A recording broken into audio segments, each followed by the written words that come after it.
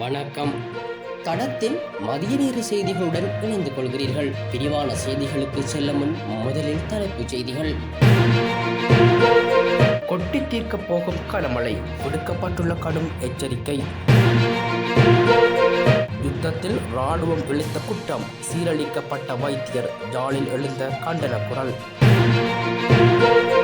நாட்டின் முக்கிய பகுதிகளில் அமலாகும் நீர்வெட்டு. இலங்கை வாகன இறக்குமதியாளர்கள் சங்கம் வெளியிட்டுள்ள குற்றச்சாட்டு. மேற்கு சப்ரகமுவ, தெற்கு, மத்திய, வடமேற்கு மற்றும் உவா மாகாணங்களில் பிற்பகல் 2 மணிக்கு பிறகு பல இடங்களில் மழை அல்லது இடியுடன் கூடிய மழை பெய்யும் என தெரிவிக்கப்பட்டுள்ளது. குறித்த விடயத்தினை வளிமண்டலவியல் திணைக்களம் இன்று வெளியிட்டுள்ள அறிக்கையில் குறிப்பிட்டுள்ளது. இதன் அடிப்படையில் மேற்கு சப்ரகமுவ மற்றும் தெற்கு மாகாணங்களில் சில இடங்களில் 50 மில்லிமீட்டருக்கும் அதிகமான ஓரளவு பலத்த மழை பெய்யக்கூடும் எனவும் தெரிவிக்கப்பட்டுள்ளது. அத்தோடு கிழக்கு மாகாணத்திலும் புலனறுவை மாவட்டத்திலும் சில இடங்களில் மழை பெய்யக்கூடும் எனவும் தெரிவிக்கப்பட்டுள்ளது. மேற்கு சப்ரகமுவ, மத்திய மற்றும் உவா மாகாணங்களிலும் காலி மற்றும் மாத்தறை மாவட்டங்களிலும் காலை வேளையில் மூடுபனியுடன் கூடிய வானிலை எதிர்பார்க்கப்படலாம் எனவும் தெரிவிக்கப்பட்டுள்ளது. மேலும் இடியுடன் கூடிய மழை பெய்யும் போது தற்காலிகமாக உள்ளூர்மயமாக்கப்பட்ட பலத்த காற்று மற்றும் மின்னல் தாக்கத்தால் ஏற்படும் சேதங்களை குறைக்க போதுமான முன்னெச்சரிக்கை நடவடிக்கைகளை எடுக்குமாறு தெரிவிக்கப்பட்டுள்ளமை குறிப்பிடத்தக்கது. எமது நாட்டில் தமிழ் மக்களுக்கு எதிராக இராணுவம் இழைத்த யுத்த குற்றச்சாட்டுகளுக்கு தண்டனை வழங்கப்படாத நிலையிலேயே பெண் வைத்தியரை முன்னாள் இராணுவ சிப்பாய் பாலியல் வன்கொடுமைக்கு உள்ளாக்க நேரிட்டது என யாழ் தீவக பெண்கள் வலையமைப்பின் இணைப்பாளர் கம்சிகா ராஜ்குமார் குற்றம் சாட்டியுள்ளார். அனுராதபுரத்தில் முன்னாள் இராணுவ சிப்பாய் பாலியல் வன்கொடுமைக்கு உள்ளாக்கப்பட்ட பெண் வைத்தியருக்கு நீதிநிலை நாட்டப்பட வேண்டும் என தீவக பெண்கள் வலையமைப்பின் ஊடக சந்திப்பொன்று நேற்று இடம்பெற்றது.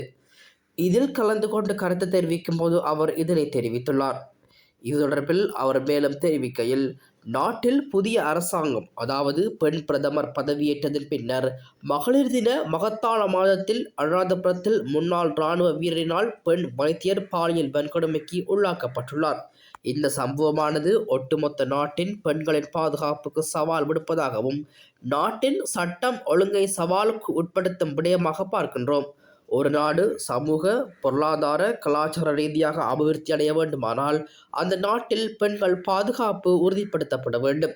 நாட்டில் புதிய அரசாங்கம் ஒன்று பதவியேற்றுள்ளது. பெண்களுக்கான பாதுகாப்பு உறுதிப்படுத்தப்படும் என்ற மகிழ்ச்சியான நிலைப்பாடு தற்போது அனுராதபுரத்தில் பெண் வைத்தியர் பாலியல் வல்லுறவுக்கு உட்படுத்தப்பட்டமை மூலம் பெண்கள் மத்தியில் கேள்விக்குள்ளாக்கியுள்ளது. இறுதி யுத்தத்தின் போது தமிழ் பெண்கள் பாலியல் வன்கொடுமைக்கு உள்ளாக்கப்பட்டமை தொடர்பில் சர்வதேச நீதியை தமிழ் மக்கள் கேட்டிருக்கின்ற நிலையில் குறித்த சம்பவத்தினை சர்வதேசம் உற்று நோக்க வேண்டும் என்று அவர் தெரிவித்துள்ளார். நீர்கோபுரங்கள் மற்றும் விநியோக முறையின் பராமரிப்பு பணிகள் காரணமாக கட்டானா நீர் விநியோக அமைப்பின் கட்டானா வடக்கு பிராந்தியத்தில் 16 மணித்தியாலய நீர்வெட்டு அமல்படுத்தப்பட உள்ளதாக தேசிய நீர்வளங்கள் மற்றும் வடிகால் அமைப்பு சபை அறிவித்துள்ளது. அதன்படி காலை 8 மணி முதல் நள்ளிரவு 12 மணி வரை 16 மணித்தியாலயங்களுக்கு கட்டானா வடக்கு பிரதேசத்தின் பல பகுதிகளில் நீர் விநியோகம் தடை செய்யப்பட உள்ளது.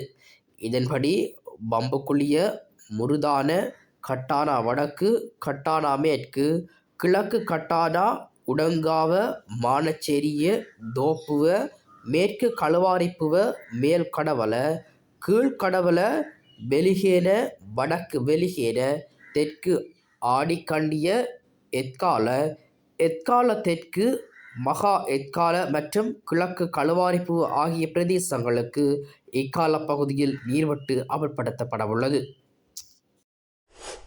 நாட்டிற்கு கொண்டுவரப்பட்ட சுமார் 400 வாகனங்கள் விடுவிக்கப்படாது தற்போது ஹம்பாந்தோட்டை துறைமுகத்தில் தேங்கியுள்ளதாக இலங்கை வாகன இறக்குமதியாளர்கள் சங்கம் குற்றம் சுமத்தியுள்ளது. இலங்கை வாகன இறக்குமதியாளர்கள் சங்கத்தின் தலைவர் சம்பத் மெரேஞ்சி இந்த குற்றச்சாட்டை முன்வைத்துள்ளார். வாகன இறக்குமதியின் போது விதிக்கப்பட்ட தவறான நிபந்தனையே இதற்கான காரணம் என அவர் குறிப்பிட்டுள்ளார். கொட்டி தீர்க்கப் போகும் கனமழை, விடுக்கப்பட்டுள்ள கடும் எச்சரிக்கை. யுத்தத்தில் ராணுவம் இழைத்த குற்றம், சீரழிக்கப்பட்ட வைத்தியர், யாழில் எழுந்த கண்டன குரல். நாட்டின் முக்கிய பகுதிகளில் அமலாகும் நீர்வெட்டு. இலங்கை வாகன இறக்குமதியாளர்கள் சங்கம் வெளியிட்டுள்ள குற்றச்சாட்டு. இது போன்ற செய்திகளை தெரிந்து கொள்ள தடம் நியூஸ் சேனலை சப்ஸ்கிரைப் செய்து அருகில் உள்ள பெல் பட்டனை கிளிக் செய்யுங்கள். மேலும் இது போன்ற செய்திகளை உடனுக்குடன் தெரிந்து கொள்ள தடம் FM.com என்ற இணையதளத்தின் வாயிலாகவும் எங்களுடன் இணைந்து கொள்ளுங்கள்.